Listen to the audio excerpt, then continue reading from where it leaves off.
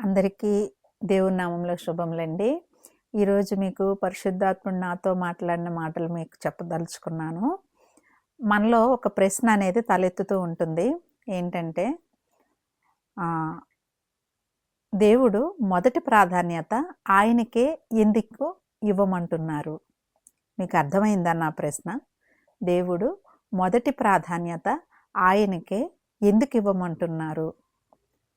చాలామంది అడుగుతూ ఉంటారు కదండి, బయట వాళ్ళు కూడా. అదేంటి భార్యకి లేదా భర్తకి పిల్లలకి మొదటి ప్రాధాన్యత ఇవ్వకుండా ఆయనకి మాత్రమే మొదటి ప్రాధాన్యత ఇవ్వాలి అని అంటున్నాడు, దేవుడు స్వార్థపరుడా అని అడుగుతూ ఉంటారు కదండి. అయితే దీనికి పరిశుద్ధాత్ముడు ఇచ్చిన సమాధానం ఏంటంటే, ఓరి పిచ్చోడా, నీవు భార్యను అమితంగా ప్రేమించేవనుకో, నీకు జీవితంలో ఎప్పుడైనా నిన్ను మోసం చేస్తే నువ్వు అమితంగా ఏడవలసి వస్తుంది. అలాగే పిల్లల్ని ఎక్కువగా ప్రేమించేవనుకో, వృద్ధాప్య కాలంలో వారు విడిచిపెట్టి వెళ్ళిపోయిన తర్వాత నువ్వు దుఃఖాక్రాంతుడు అవ్వాల్సినటువంటి అవసరం వస్తుంది. అలాగే భర్తను ఎక్కువగా ప్రేమించేవనుకో, నిన్ను ఎప్పుడైనా సరే మోసం చేయొచ్చు. అలాగే అన్న, చెల్లి, లేకపోతే వదిన, అత్తగారు లేదా అమ్మ, ఇలా అన్ని బాంధవ్యాలు కూడా ఏదో ఒక టైంలో నీకు దూరంగా ఉండొచ్చు.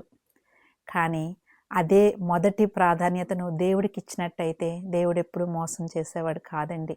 నువ్వు ఎవరిని నమ్మి మోసపోయి ఏడవకూడదనే మంచి ఉద్దేశంతోనే దేవుడు మొదటి ప్రాధాన్యత ఆయనకే ఇవ్వమని చెప్పాడనమాట. అంతేగాని తప్ప మనము మొదటి ప్రాధాన్యత ఇవ్వకపోతే ఆయనకి ఏదో తక్కువైపోతుందని మాత్రం కాదండి. ఎందుకంటే మనము ఏడుస్తూ ఉంటే, దుఃఖపడుతూ ఉంటే దేవునికి సంతోషం కాదండి.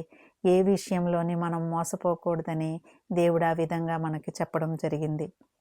అర్థమైందా? Thank you.